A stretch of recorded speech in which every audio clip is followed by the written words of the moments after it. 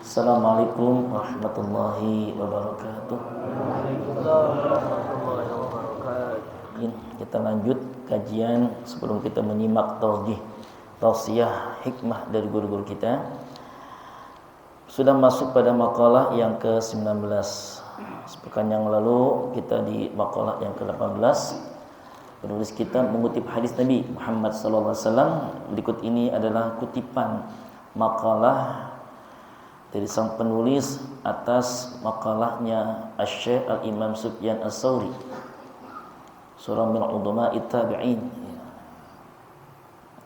2 kali menjadi buronan istana kerajaan saat Al-Mansur khalifah di Abbasiyah, juga anaknya Al-Mahdi menjadi khalifah itu terus diburu untuk dipenjarakan. An Sufyan Ats-Tsauri rahimahullahu ta'ala, dari Imam Sufyan Ats-Tsauri bin Sa'id Al-Mashruq, seorang yang amat sangat kuat menjalurkan silsilatus sanad dalam hadis-hadis riwayat yang sahih. Ayah beliau Sa'id Al-Mashruq itu seorang yang sangat jeli dan sangat perhatian dan memperhatikan tentang jalur sanad hadis, sehingga ini sangat melekat pada diri seorang Sufyan Ats-Tsauri. Al-Imam Sufyan Ibn Uyainah, guru dari Imam Syafi'i, saja mengakui tentang kepakaran ahli hadisnya seorang Al-Imam Syekh Sufyan Ats-Tsauri. La yajtami'u fi hadzal zamani, tidak berkumpul pada saat ini, masa ini, zaman beliau di tahun ke-90 Hijriah, li ahadin, bagi seseorang, malun harta, illa wa indahu khamsu khisalin, kecuali melekat padanya 5 perkara, ai sifatun mazmumatun, yaitu perkara yang maksud sebagai penegas sifat yang akan melekat pada dirinya, sifat-sifat yang tercela. Pertama, tulul amal, ai tarakkubu ma yastab'adu husuluhu, dia terlalu banyak angan-angan, panjang angan-angan, halu muncul bahasa kitanya, ya. Yang kedua, wa hirsun ghalibun farragibu fid dunya malum wa talibun fudulaha madmum, amat sangat rakus, ya. Ambisius, terjemahan yang paling pas, ya. Yang ketiga, wa syuhun syadid, akhirnya bukhlun muta', sangat bakhil, sangat kikir. Yang keempat, wa qillatul wara', sedikit sekali waraknya. Dan yang kelima, nisyanul akhirah, melupakan akhirat. Kata Imam rahmatullah subhanahu wa ta'ala, saya ingin menceritakan bagaimana Imam Sufyan Ats-Tsauri, sosok yang tidak hanya alim dalam hadis. Kalau teman-teman pernah belajar sedikitnya tentang ilmu hadis, mereka itu adalah orang yang sangat amat wara', yang berusaha ngejaga banget jalinan dan jalur-jalur hadis itu. Mengambilnya dari siapa, itu ditelusuri siapanya, lalu konten dan materinya. Siapanya tidak sembarang, dicek apakah keadaannya ketika menerima hadis itu dari gurunya nyambung, lalu bagaimana keadaan hariannya dalam hal tauhidnya, ibadahnya, dan adab akhlaknya. Kalau dia hanya orang yang pintar merangkai kata saja, tapi ternyata nihil, absen dalam amaliyahnya, pandai meracik, ya, kalimat-kalimat diksi yang bikin orang terpesona, tapi ternyata tidak dilihat amaliyah indahnya, maka sang ahli hadis itu akan menggugurkan hadis itu. Panggil ayam, ker. Ayam sudah datang, ayam apa makan nggak dikasih. Bagi orang ahli hadis nggak mungkin ngambil hadisnya dari sosok ini. Omdo. Ya. Imam Sufyan Ats-Tsauri itu garis itu sangat kuat. Dan beliau sangat berpegang banget dengan hal itu.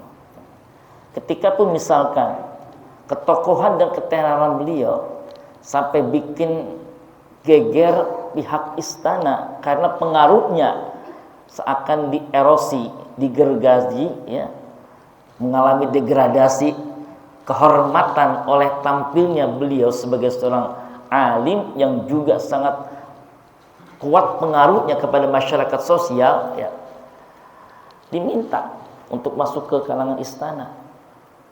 Sebenarnya perkara ini perkara biasa. Anda diminta oleh pihak raja, khalifah untuk menjadi mufti kerajaan. Girang dong kalau kita itulah konsepnya. Jika sekarang kita bawa ustadz-ustadz kalau udah dipanggil ke istana, peteng-teng dia, busung dadanya dia. Wah, ini gua ustadz media, gua udah tampil di langit. Nah, udah.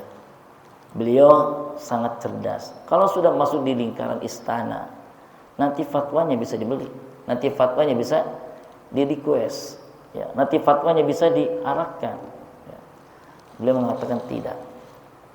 Sampai beliau harus terusir dari kampungnya, harus mencari tempat perlindungan yang rata-rasanya di muka bumi ini tidak ada tempat yang aman buat beliau. Kita tahu dinasti Abbasiyah masih segar ketika dinasti Umayyah runtuh, ya. Maka dominasi politik itu sangat sentralistik pada seorang khalifah. Ketika satu kebijakan itu sampai, semua sudut kampung itu pasti akan mendapatinya. Datang ke tempat ini, ternyata di tempat ini, ya beliau sampai harus mengganti nama, beliau sampai harus mengatakan saya bukan siapa-siapa, ya. Tapi kalau orang-orang yang mengerti, ya, dekat dengan beliau, ketika ditanya siapa Anda, saya adalah Abdurrahman bin Abdullah. Ini sang ketua suku. Dari burat wajah auratnya tidak bisa dibungkiri, nggak bisa dibohongi, adalah alim, dikejar. Ya. Katakan dengan jujur siapa Anda sebenarnya. Boleh disebutkan Nu'man bin Sa'id bin Al-Masy'ur. Inta syuri, ya, Anda adalah Sauri, Anda adalah, ya, bukankah Anda buronan negara? Ya, ya, Anda aman. Ketika di Yaman akhirnya beliau berlabuh, Basrah tidak menerima, Kufah tidak menerima, Makkah apalagi, Madinah tidak lagi. Beliau pun terdampar di Yaman. Itu pun dengan cara beliau nyaru menjadi seorang buruh untuk ngangkutin barang. Ya, karena istilah kalau kita yang suka berangkat ke daerah Timur Tengah di bandar itu namanya porter, ya, suka ngangkutin barang, ya, bellboy lah.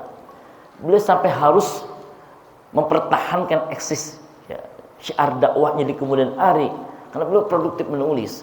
Jami'us Shaghir yang sangat terkenal itu adalah karangan beliau. Ya. Beliau harus menjadi buruh panggul.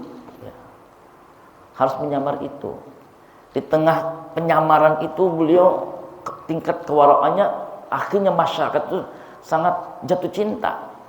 Ini bukan orang biasa.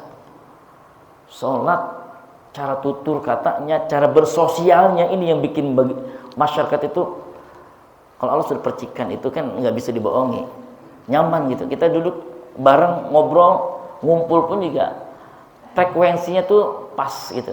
Sehingga yang keluar tuh gelombang-gelombang kebaikan positif nyampe gitu.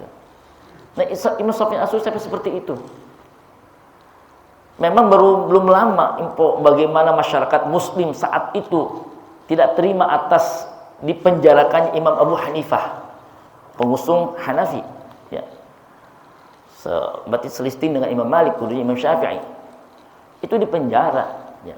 Jadi mereka sebenarnya tidak ingin ulama-ulama itu dipersekusi. Jadi kalau kita berbincang bagaimana keadaan sebuah politik di sebuah negara di mana para ulamanya itu dipenjarakan, maaf termasuk juga yang beredar, bagaimana presiden almarhum, ya, Iran yang belum lama ini viral atas kewafatan kematiannya, berapa ribu ulama yang telah dipenjarakan oleh beliau. Ya. MBS Muhammad bin Salman, ya, sebagai the king of Saudi Arabia, KSA, Kingdom of Saudi Arabia, berapa ratus imam-imam, kita nyebut imam itu mereka harus ustaz kalau kita nyebutnya, ya, itu dipenjarakan. Imam besar, satu di antara imam yang mengimami sholat di Masjidil Haram sampai diciduk. Ya. Artinya bukan hal yang aneh kalau sebuah pemerintahan itu berurusan selalu dengan orang-orang yang punya pengaruh terhadap sosial. Nah, tapi izzah beliau menjaga kehormatan agama selalu diletakkan di atas segala-galanya. Beliau ini kemudian diambil banyak ilmu-ilmunya, makalah-makalahnya. Berarti ketika beliau menyampaikan tadi yang kita dengarkan, bahwa orang kalau sudah terlalu asik mengumpulkan dunia, harta, jangan merasa kemudian dia enteng, akan melekat pada dirinya. Jangan salahkan umat, jangan salahkan dunia. Kalaupun akhirnya dia pun akan dilekatkan, ya, akan disematkan sebuah sebutan-sebutan yang nggak nyaman. Pertama tadi disebut apa oleh beliau? Tulul amal. Halu. Ya. Orang kalau terlalu hari-harinya, waktu-waktunya asik dengan dunia, mikirnya itu ntar dia tanah yang di ono kalau udah beli. Itu semua dicarikan, akhirnya di slide semua, di TikTok dicari, semua serba barang-barang itu dikoleksi kan. Nah ini Sultan Andara, kalah nih kalau misalnya kita kejual. Sultan Bintaro, kalah ini kalau ini kejual. Jadi berpikirnya selalu ke sana, tulul amal, panjang amal-amalnya. Maka kita yang insya Allah ini terpola, teman-teman yang dari awal ketika syiar suling suber az-zikra ini digaungkan dan terus menjaganya, insya Allah akan selalu ada pengingat, ada warning terlalu, ya. Antum yang terlalu jauh dengan dunia, hati-hati. Akhirnya kalau lagi ngobrol dengan istri, dengan anak tuh mikirnya ke sana terus. Tapi dengan ngaji kayak begini, ada yang ngerem. Iya. Apa akhirnya? Kita kan jauh gitu. Ya. Susah untuk diajak ibadahnya, susah untuk diajak ngumpulnya. Kita doakan mudah-mudahan kawan-kawan kita yang insya Allah dengan hajatnya segera terpenuhi hajatnya. Ketika mereka akhirnya bersama lagi dengan kita, ada sebuah keindahan antar kita. Amin ya rabbal alamin. Yang pertama itu. Yang kedua, hirsun ghalib, dia rakus. Cenderung kalau orang sudah rakus, dia menabrak aturan. Orang kalau sudah rakus, nganggap enteng. Gampang ini. Ini ada aturan, ada norma. Dia nggak amanah akhirnya. Akhirnya ya dari nganggap biasa, terjadilah perkara-perkara yang na'udzubillah. Syekh Abdul Qadir Al-Jilani itu punya murid namanya Syekh Sun'ani, ya. Itu maaf sampai akhirnya dia dalam keadaan matinya karena tidak ada energinya guru, energinya orang-orang soleh itu ketika menjauh, yang ada adalah energi-energi lain. Imam Sun'ani dia hafid Quran, seorang syekh di tempatnya sangat berpengaruh, tapi berusaha menjaga jarak dan tidak mengikat hatinya dengan guru. Dalam salah satu adab di kajian-kajian tasawuf itu, kita kalau sudah bermajlis, maka selalulah bawa nama guru dalam setiap doa kita. Ya. Ini kedua, selalu berusaha untuk menyentuh secara fisik. Ya, makanya ada musafahah kan, guru-guru kita. Karena sentuhan fisik itu akan menguatkan sentuhan batin. Akhirnya akan terangkut nama-nama murid itu di setiap doanya guru-guru. Nah, Imam Sun'ani ini tidak. Ya. Akhirnya petaka akhir hidupnya su'ul khatimah.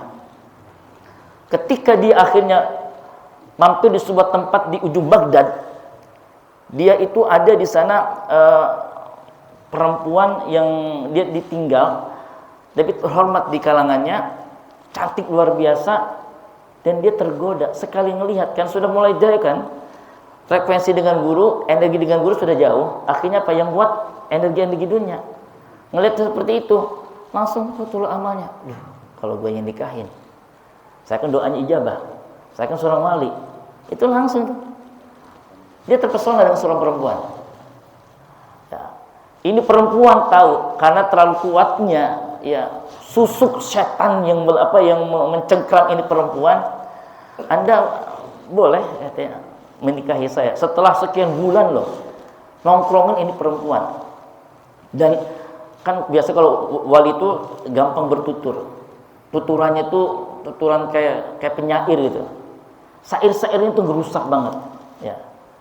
Sekiranya aku jauh, ya, dengan dunia karenamu, maka aku akan lebih memilih dan mengutamakan ketimbang aku jauh dari Tuhanku. Sudah sampai segitu, ya.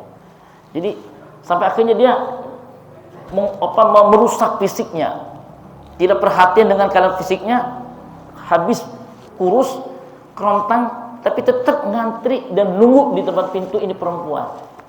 Nah, tahu bahwa ini perempuan ternyata bocorannya dia adalah seorang ulama, seorang alim, ya, Anda bisa menikahi saya, wahai tua, katanya, si tua, katanya.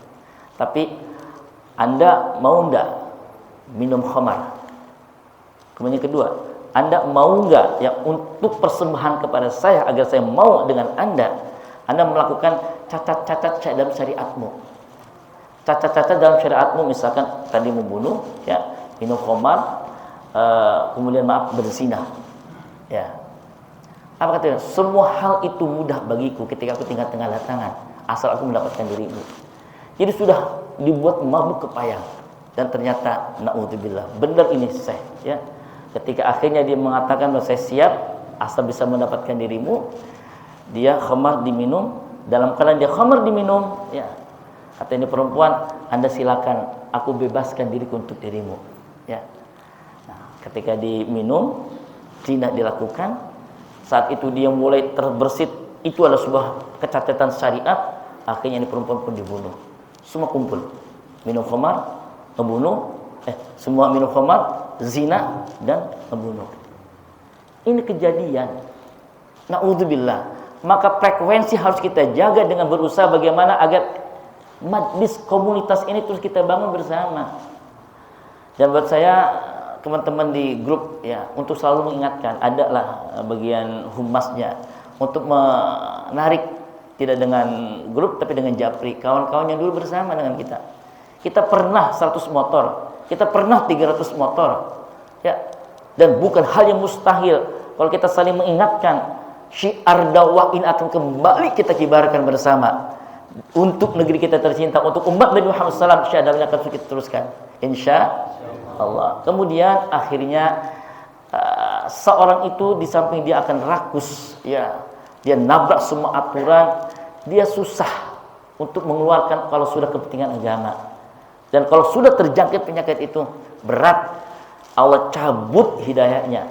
Itulah kenapa kita saban doa itu terus kita baca, la tuzigh qulubana ba'da id hadaitana. Jangan cabut ya Allah hidayah telah Engkau tanam di hati hamba.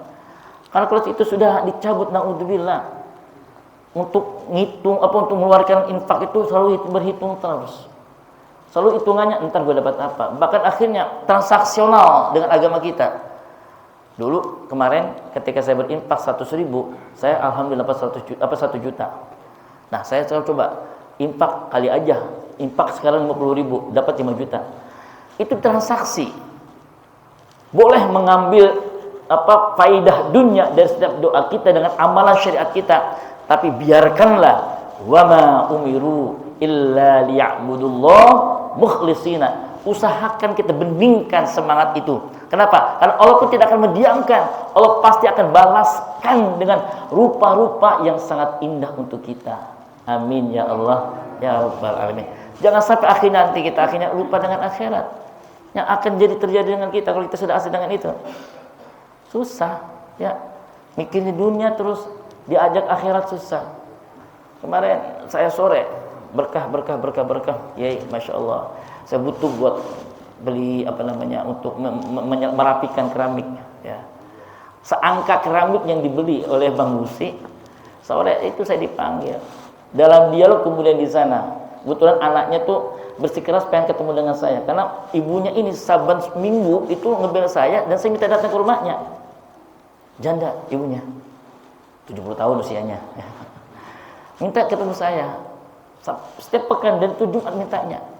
Akhirnya anak-anaknya penasaran. Di situ terjadi yang Ustaz, mumpung ada Ustaz katanya. Ibu saya ini demen banget kalau sudah pegang duit tuh maunya ngebuka terus gitu. Buka. Dan pengen saya tanyakan yang ini, yang satu ini. Ada kaitan nggak Ustaz katanya? Ibu sekarang minta kami untuk mencarikan kain kafan. Minta dibeliin kain kafan. Bagaimana dalam syariat? Tentang orang yang kemudian beli kafan dan kain kafannya itu dinarasikan sesuatu banget buat ibu saya katanya. Saban sholat taruh di depannya. Ya, akhirnya terjadilah dialog-dialog yang positif di situ. Ya, kita kutip beberapa hadis Nabi, ya sunnas aksarun dzikral maut istidadan, ya. Orang yang cerdas itu kan orang yang bersiap dengan kematian, Bu. Akhirnya, insyaallah. Ini saya ingin sampaikan, orang kalau sudah buka tangan, akhirnya Pak ingatnya tuh di sana. Pengen itu nanti segera pulang. Dialog Ustaz Arifin dengan Tuan Guru Judi apa?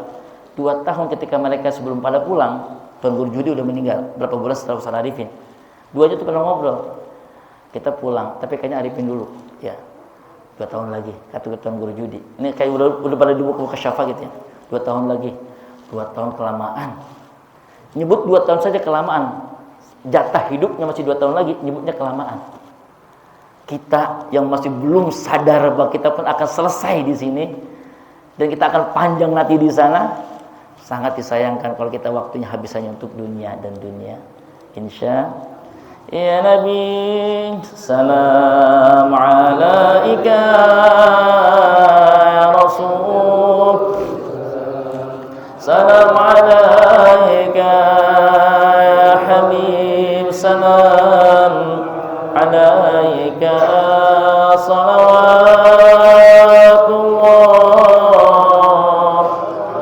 alaika.